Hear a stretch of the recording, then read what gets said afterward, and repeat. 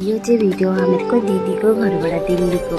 हामी चाहिँ यो निस्केका थियौँ, रातिको ट्रेन थियो हामीहरूको घर आउनको लागि र हामी निस्केका थियौँ। हेर्न सक्नुहुन्छ हामीले चाहिँ गाडी बुक गरेका थियौँ र गाडी रोकिरहेको थियौँ। धेरैजना मान्छे थियौँ, धेरैजना मान्छेको सबैको बेग थियो। दिदी एउटा 3टा गरेर बेग थियो र हामीले 3टा गाडी बुक गर्नु पर्यो। अब चाहिँ हामी निस्केका, खानासाना खायो, रातिको खाना खायो, हामी निस्केका। हामी जान आँटेका घर गुवाहाटी। हामीहरूको ट्रेन छ दिल्लीबाट, पुरानो दिल्लीबाट गुवाहाटीको ट्रेन छ। हेर्न सक्नुहुन्छ हामी गाडीमा पनि उठ्यौँ, हामी जाँदैछौँ सबैजना भन्दा हामी यो गाडीमा चाहिँ हामी थियौँ 3जना।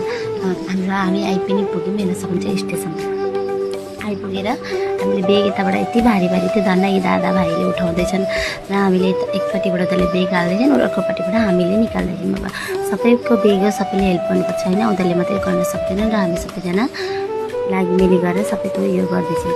त्यतिखेर हामीहरूको भारी पनि बेग थियो।